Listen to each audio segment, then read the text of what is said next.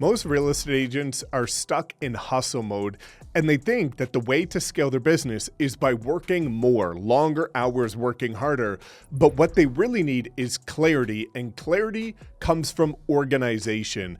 If you knew the exact tasks and exact activities that you need to focus on, and all of the ones that you can eliminate that are sucking 80% of your time and not bringing any results, your business would scale with clarity, with confidence, but more importantly, without overwhelm and without burning out. Today, I'm bringing on Stephanie Lugo, who's a top real estate coach, to break down her 3-list system, which is the antidote of chaos. Most agents are trapped in their business and they're working hard but not feeling any progress or momentum. And she helps agents just like you work less while closing far more deals with a sustainable, scalable system.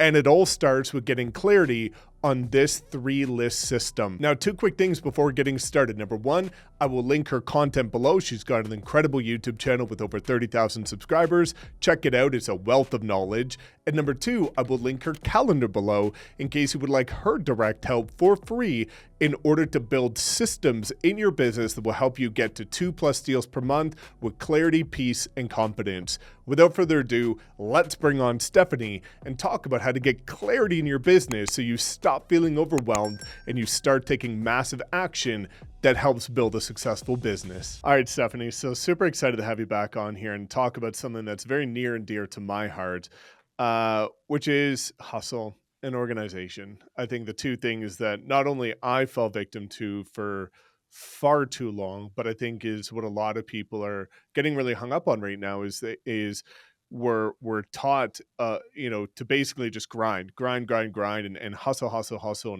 and more work equals more results. So you work constantly in a massively Mhm. unorganized fashion, and you wonder why you get to the end of each day and you spend 12, 14, 18 hours doing something and your business is stuck. So let's start talking about this because I know that you've got some stories to kind of give context to what this looks like and how you can change your business with a radically different perspective. So here's the thing about hustle, right? Like, especially today, everything feels urgent and important. And if you don't know how to prioritize that, then you're just putting a lot of movement out, but you're not really making progress. And we talk about that, but I'm glad that we're having this conversation on this topic specifically because every agent falls victim to it. And I do think that you and I need to come to a meeting of the minds and have a distinction here. All right.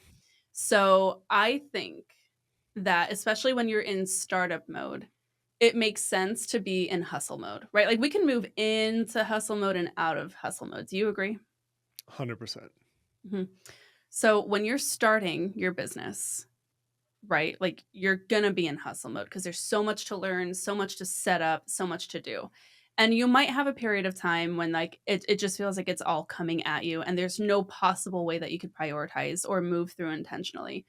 And I'll kind of I'll give them that. Like sometimes that's just how it is. Or let's say business has come to a point to where you have to backtrack and build out systems in the reverse order than you would have liked to because like your business has gotten to a point where it's about to just blow up in a bad way because you don't have the right structures and organizations. So like for a period of time, couple of months, you're building out systems, you're in hustle mode. We agree? Yeah. Okay. What happens when we get stuck? And it's hard to turn it off. And you become so used to having a level of pain 24/7 as you're operating in your life. And the moment we don't feel that same level of pain, we start to think that we're not doing enough. Hmm. Or we're like, I need to add on more to my plate, or like, what's more? What's more? The moment something opens up, rather than enjoying that space and seeing how we can be creative with enjoying the space, it's on to the next thing, on to the next thing. That's not healthy. It's not cute. It's also really not productive because that's going to lead to burnout. That's going to lead to you just deciding to quit real estate and get out of here. You know that meme? Do you ever see that meme where it's like that 90-year-old lady with like white hair? She's like very obviously elderly. And she goes, in the meme, she's like, I don't know why you guys think real estate is stressful. I'm 46 years old and I feel Yeah. great. And she's like, obviously, like 90 years old. We don't want to do that. So, what we want to do is get away from 60-hour weeks. Unless you are closing, I don't know. I'm afraid to say this, but I'm going to say it. Unless you Mhm. are closing like 80 deals a year, you probably don't need to be working 60-hour weeks. If you have the right team in place, if you have the right people in place, you don't need to be going up, so crazy. It then becomes more of a prioritization issue or a people issue. But we're not talking about delegation today. We're talking about prioritization so that we can organize our way out of hustle mode. Anything to add to that before I get into it? Well, I think, what you just said is fundamental, which is getting out of hustle mode. Because I do like Mhm. what you said, and I think there's a lot of validity there. Life and business especially, there's seasons, and Yeah. every entrepreneur gets started in winter, which is hell. It's Yeah. if you're broke, you have no clients. Again, one of the things that I struggle with is I've got big goals. I know you've got big goals. I have a certain level in my life that I want to achieve, and Mhm. so I talk in a specific way that will hopefully help motivate people to get to the level that they want. Mhm. But some people are okay with making $100,000 and that's it. That's all they want to do that and go live their life and take their summer. Like, if that's you, that's cool. Then you do have maybe a little bit of time for balance because you can get to six figures with balance pretty easily, even in your Yeah. first year. If you want to go achieve and move mountains and make $1 million a year as a real estate agent or beyond and go build generational wealth, life-changing wealth, build a radically different lifestyle, you do not have time for breaks in your first year. And I'll be the first to tell you that. Like, if you're broke and you don't have clients, you should be waking up every day and doing whatever it takes to get clients the whole year.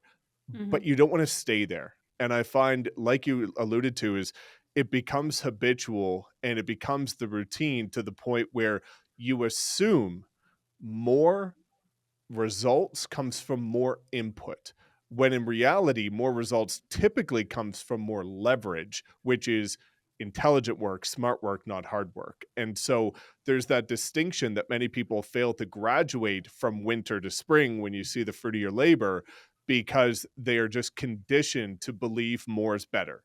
But sometimes better is better. Getting more effective what you're doing is going to produce better results. Having better systems with the same amount of time will produce better results. And you need to graduate eventually, right? But I think, that's one of the hard things that I find is that oftentimes, like, most people on YouTube have pretty big aspirations and goals for life. And so they speak a certain way and talk about things in a certain way when that's not necessarily what everybody wants. And so what really matters is that you get clarity on what the heck you want and let that be the foundation that kind of guides the rest of this conversation. Perfect. Yes. Couldn't have said it better myself. Seasons, yes. Not necessarily always do we have to be in the same season. I have had the 7-figure year that was like the reaping season, and that had everything to do with leverage. And the hustle was like years prior, Hmm. you know? So like, and also that I think that's an important other distinction. Sometimes the results don't match the output.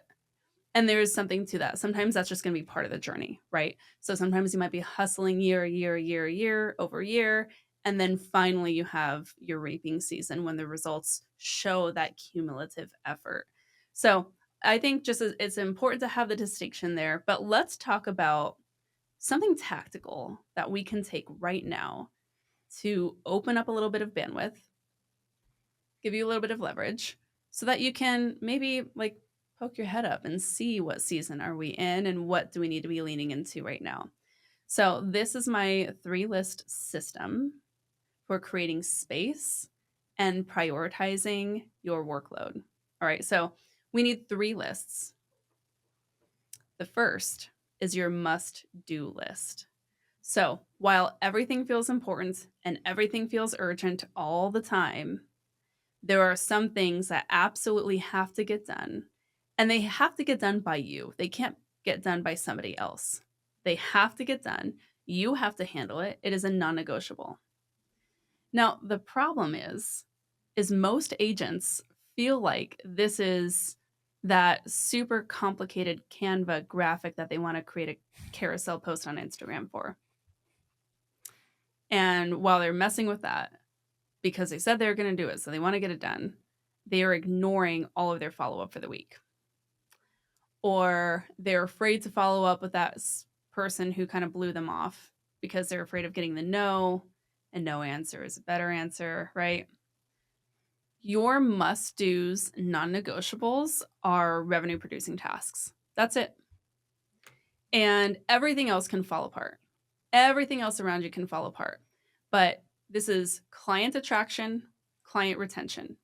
Those are the two things that always happen first. So when you're feeling really overwhelmed, you're going to do a brain dump. You're going to write everything down. Anything, even if it feels small or trivial, like that one email you have to send. If it falls under that client retention or client attraction bucket, that is a must do item. We do that first. We do that with haste. Okay. What comes up for you there? That should feel like a no brainer, right?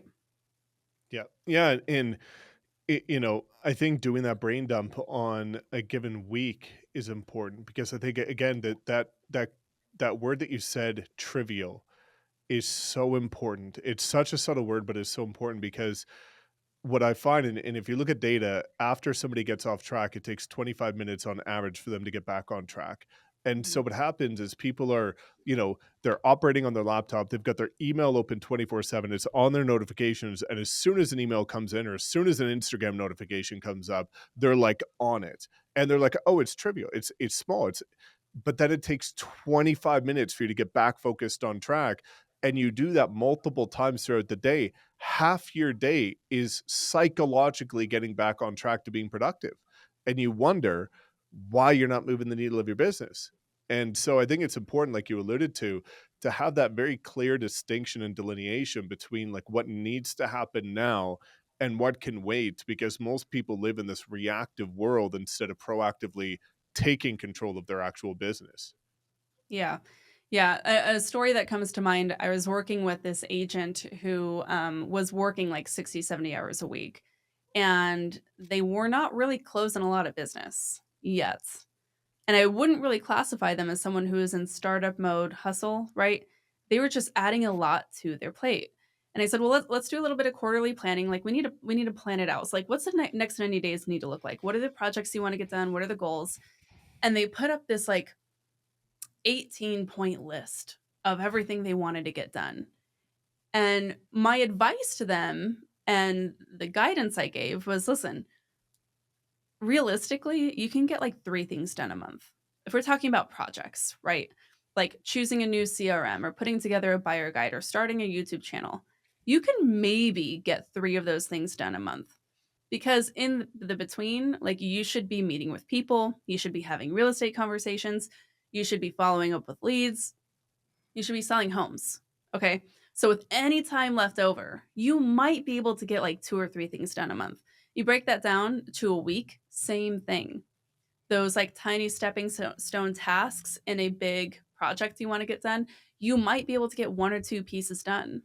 So if we take the example of like, it is a must, I have to choose a CRM and upload my database to a CRM because I'm dropping the ball with follow up. I have to figure this out. It's been too long. Okay. So 1 month, the goal is to have your CRM set up. Week one, you're researching CRMs and you're choosing one. Like that's the outcome we want to see. That's what you're going to be able to get done. Week two, maybe you're uploading the contacts that you have after having learned some of the tutorial videos.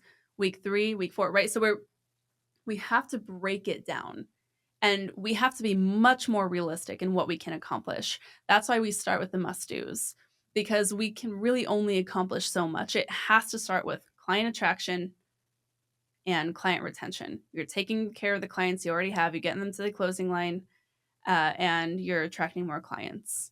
And by the way, depending on what season you're in, you might not even need to be focusing on lead generation as much as just lead conversion. Right. So like there's a couple of different ways that you can look at it. Because if you're in your must do era of like really focusing on the lead gen and you're bringing in all these leads and you're not closing any of them, then your must do's need to change. And maybe you need to focus on like a different tactic in there. But again, in your big mighty brain dump, we start with the must do's because that's where the money is going to come from and money gives us options.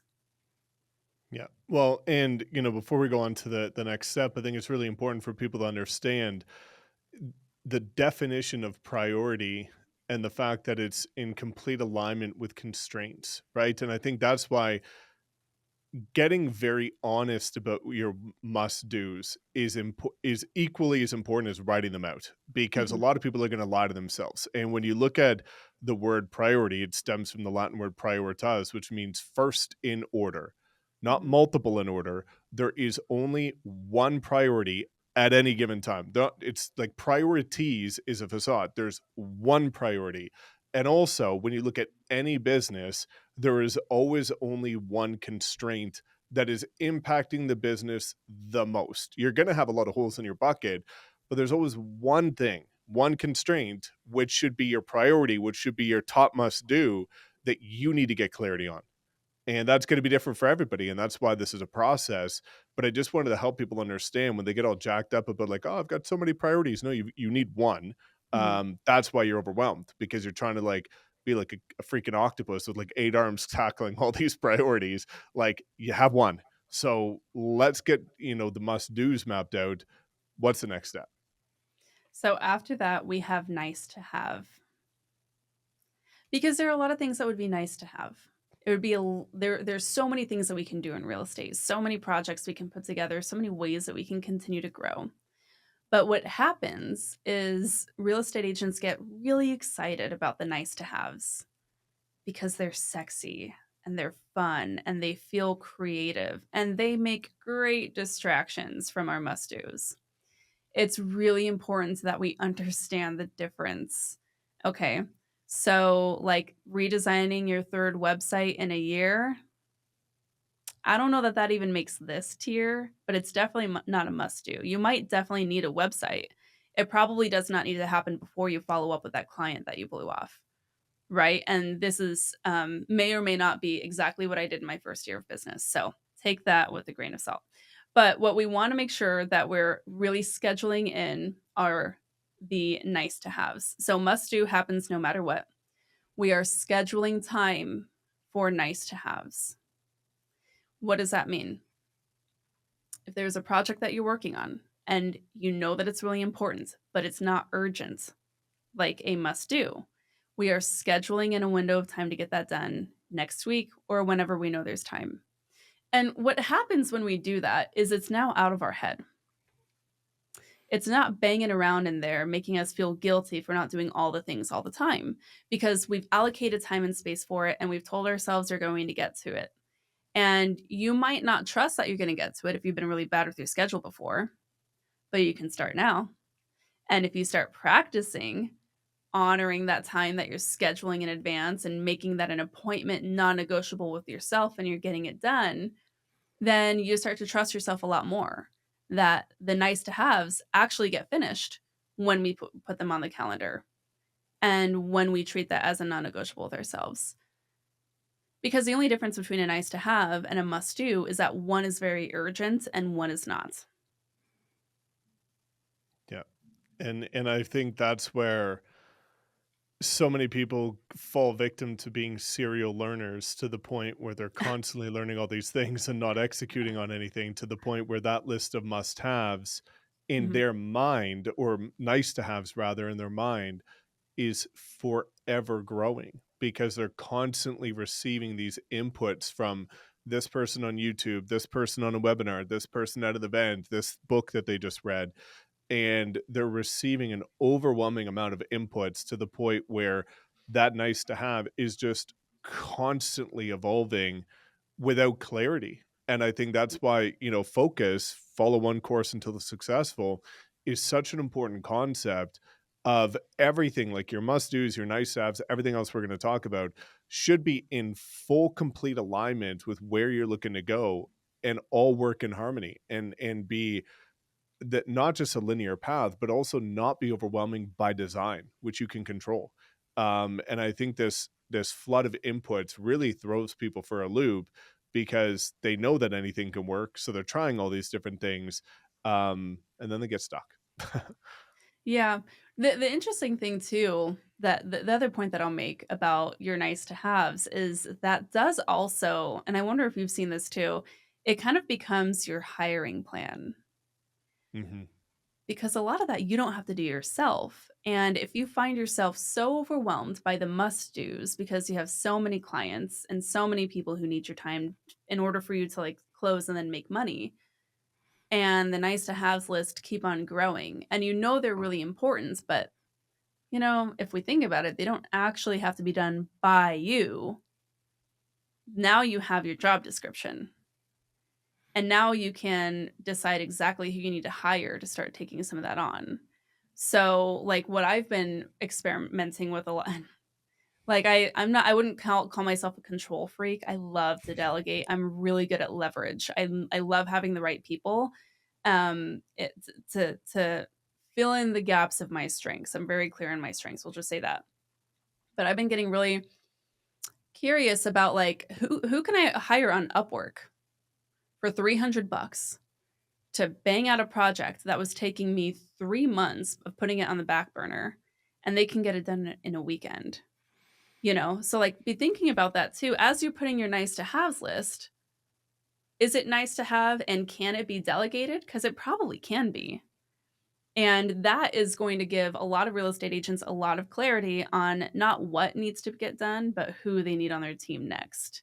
So that's another way that we can use that part of the list, to make really intentional decisions for our business.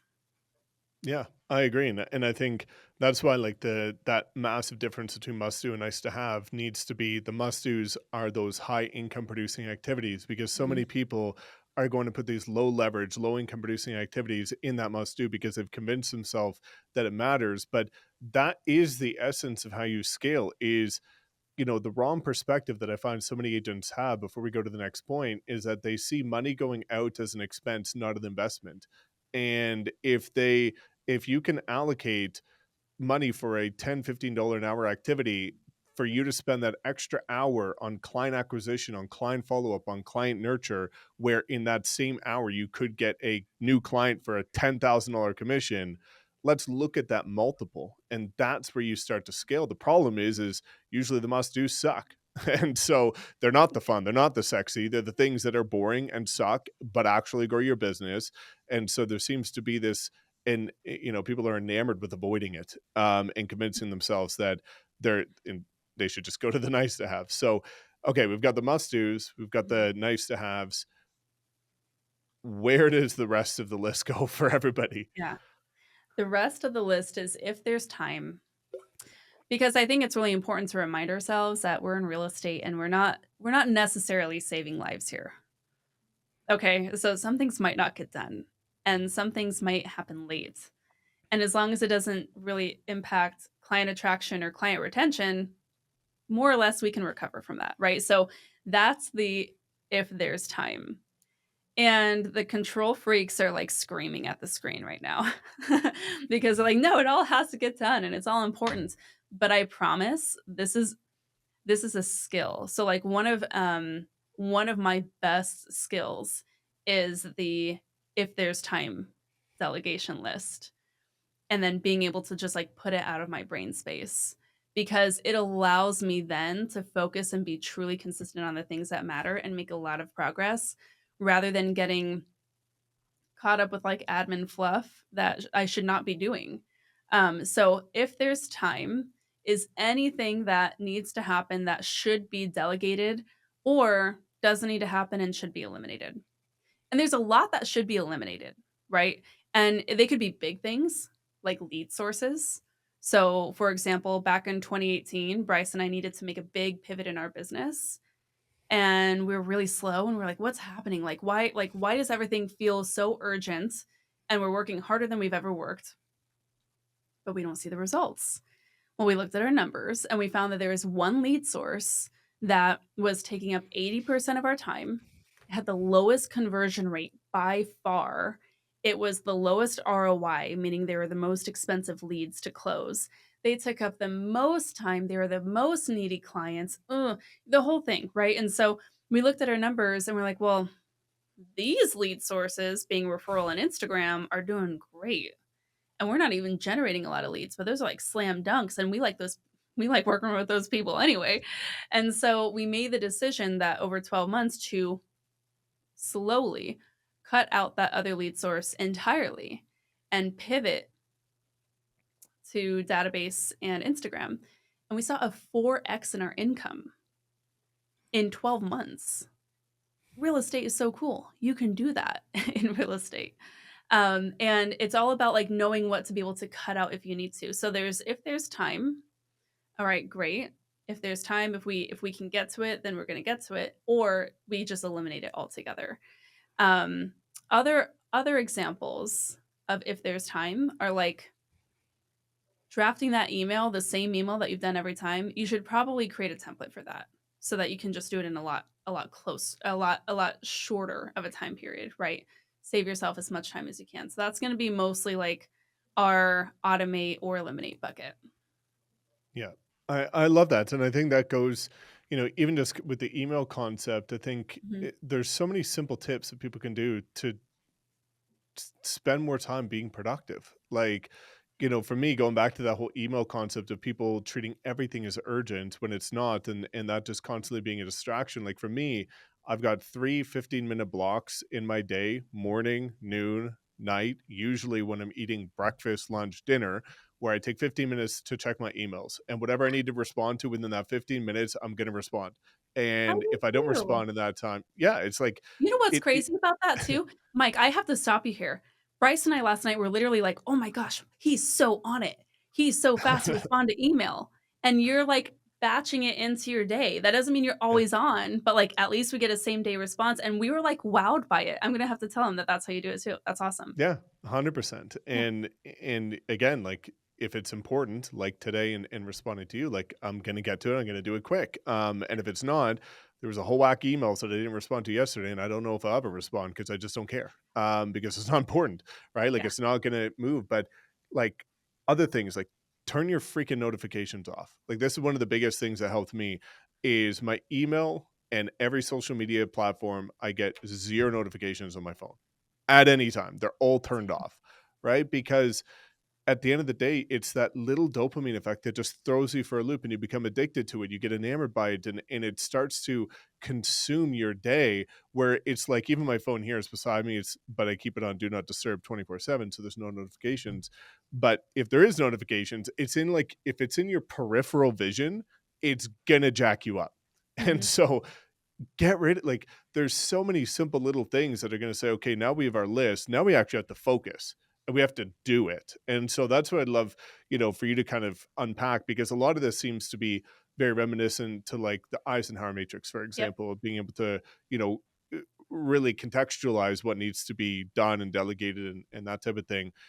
Once people map out these lists, what would be the next best activity looking at the next month ahead to say here's how I'm going to kind of dissect these and apply them? Oh man. So I there's two ways to do this. You can do this the hard but awesome way or the like as you go way. Okay. So, what I think is the most impactful way to manage this, to dissect everything that you have going on in your life and recalibrate and prioritize, is to track your time for a week. And there's a lot of schools of thought that like have you go through this. And the book that I read was by an author called Laura Vanderkam, I think. And the title of the book is 168 Hours. And she's a mother of five, really successful author, incredible business, right? And she's like, here's how I do it. She has this whole process that she walks you through. You want to track your time for 168 hours, which is 7 days. And every 30 minutes, pull up your time tracker and put in exactly what you're doing. And this is not drawing work on your Mm, paper with an arrow circling all the hours that you're working. This is saying responding to email, mindlessly scrolling on Instagram. No shame. It's just you who's looking at it. Just be truthful, put it down. And just that act of tracking everything you're doing is going to tell you some really important things. It's going to tell you what you're prioritizing in your day, like what you're doing first naturally. So naturally, are you falling into the mindless scroll on Instagram? I found that earlier this year, I have been. And I found this fantastic app called Opal that Hmm. literally, and I think you have to pay for it, but I don't know.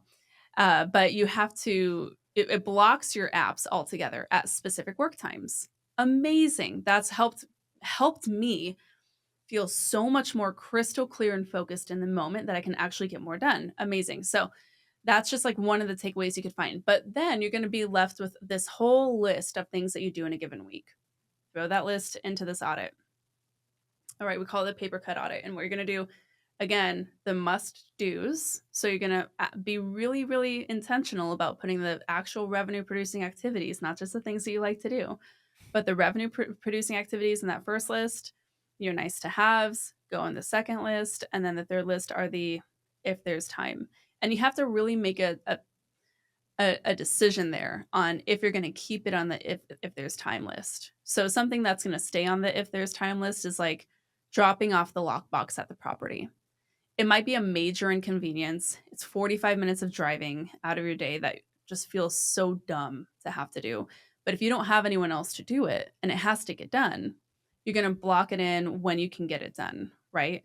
And so like maybe you're going to be making calls on the way to doing that and you're making like the right calls, like your current client calls. You got your list all ready to go, right? Like again, we're being really, really strategic about the way that we are managing the rest of the things that end up there. But you'll very quickly be able to call yourself out and analyze what's actually happening and what's not. Yeah, I agree, and I think that's why, you know, one of the things I encourage people to do is to not try and bite off more than you can chew. Mhm. Like whenever you have these things that you want to do, like audit again, how when I'm defining a priority for my own business, I always audit it based on how much does it impact one of two things, income or client experience. If it impacts one of those two things, it's probably going to become a priority, or one of the monthly themes or quarterly themes. If it doesn't, it will never be a priority to me. It'll be an afterthought because those are the two things that mean the most to our business. And I think a lot of people, again, get in this habit of wanting to, launch a YouTube channel, start posting on Instagram. They want to get a CRM dialed in. They want to create their systems, and they're going to do it all starting this week. And it's like, Yeah. okay, people, you and I both know people that have wildly successful businesses that have been doing this for 5, 10 years, and they don't even have all of it figured out.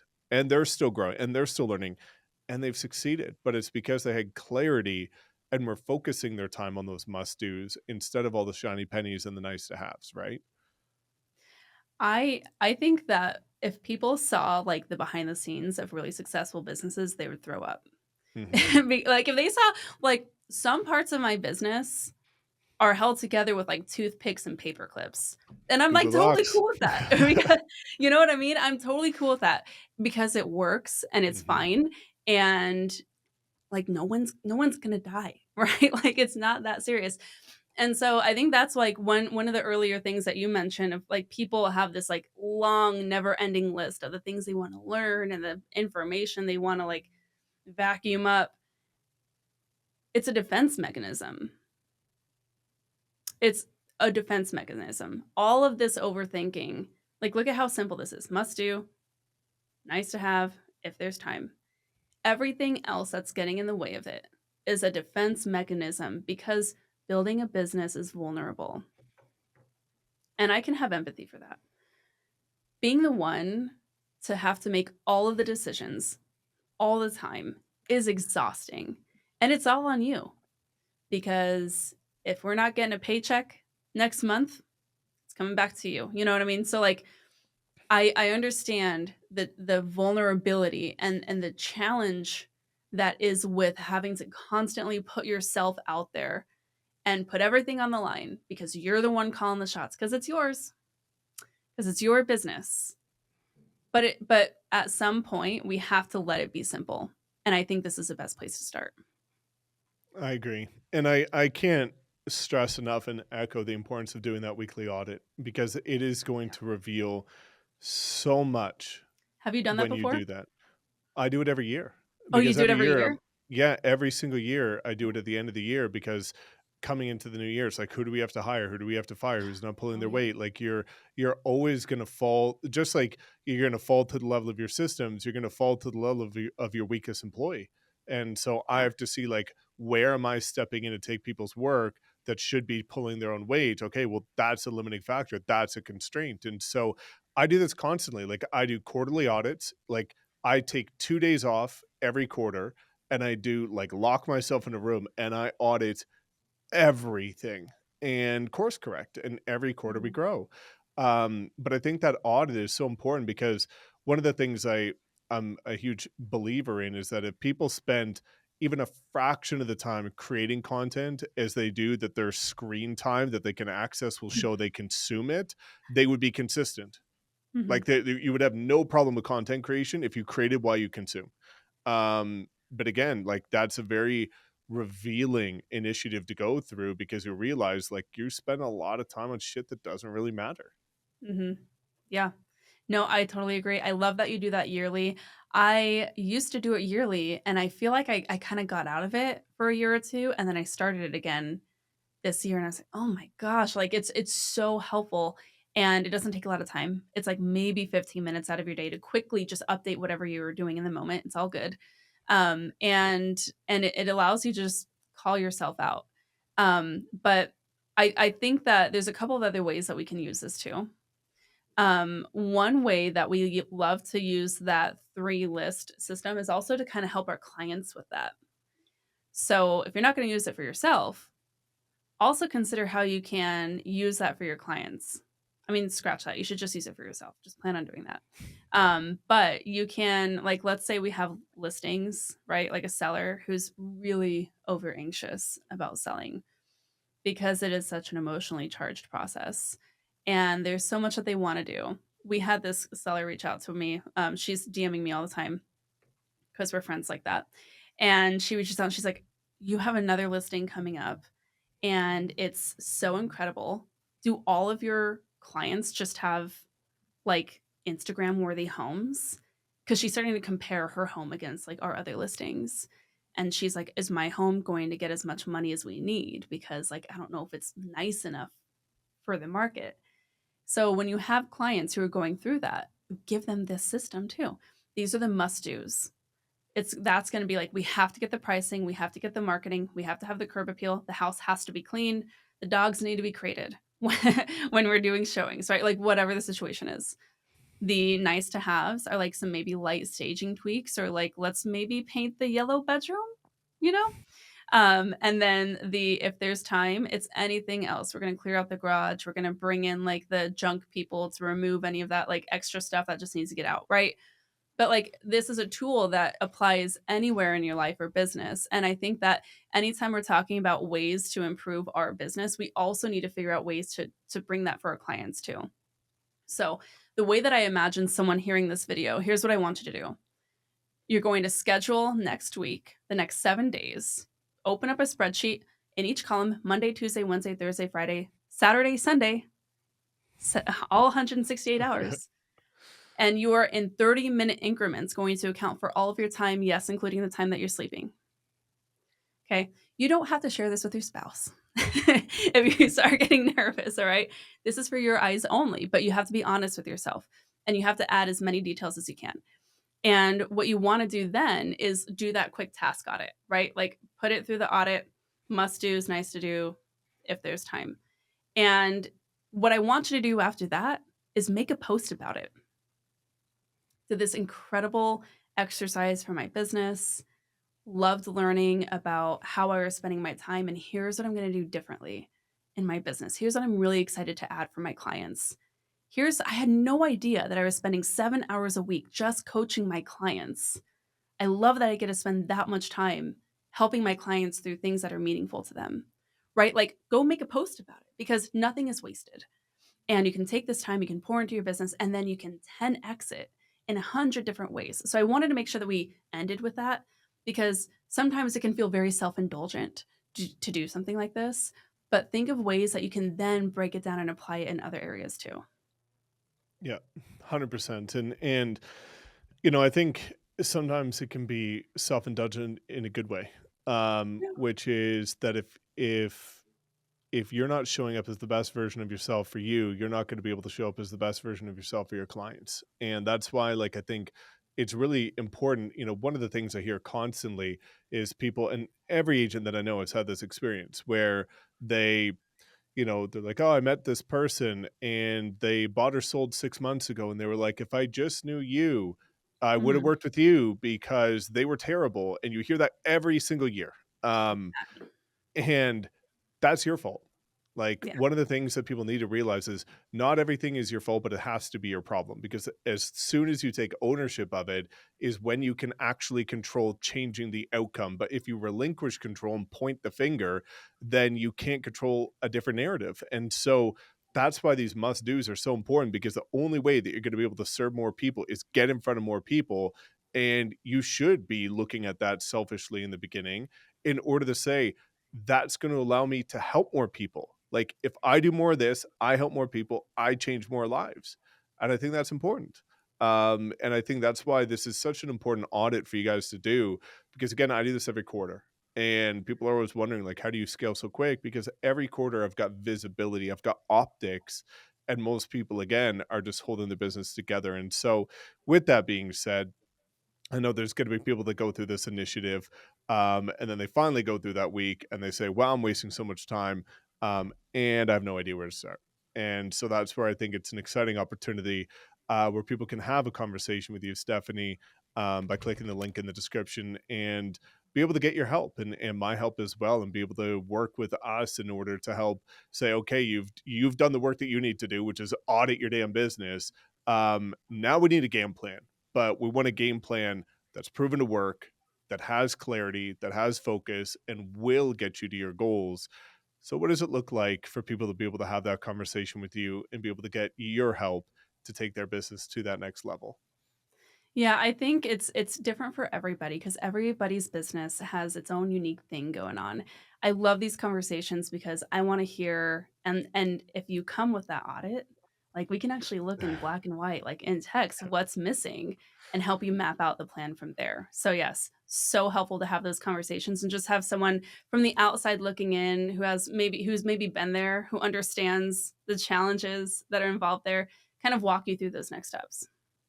100%. And again, this business can be a lonely business, but you don't have to go alone, right? And so I encourage you guys, that if you're stuck, if you're overwhelmed, don't try and do it alone, right? Have the conversation, come in with an open mind to be able to see, can people, the two of us who've helped thousands of agents just like you, be able to get over the hump? If we can help you, if we can, great. If not, at least we had the conversation.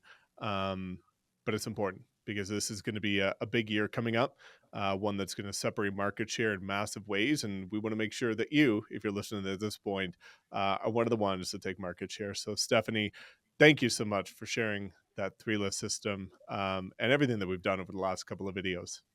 Yep. Thanks for having me. Great conversations. And I want to acknowledge you. You are so generous with your time and your knowledge and expertise. And it has truly been a pleasure hearing your perspective on these things that I think are so important. So thank you so much for the time. Truly, I appreciate it. Thank you. Means the world to me. Guys, go check out all the links in the description, which also includes Stephanie's incredible YouTube channel. So go give it a subscribe, support. If you like what we talked about today, there's a heck of a lot more of it on there. We'll see you guys in the next one.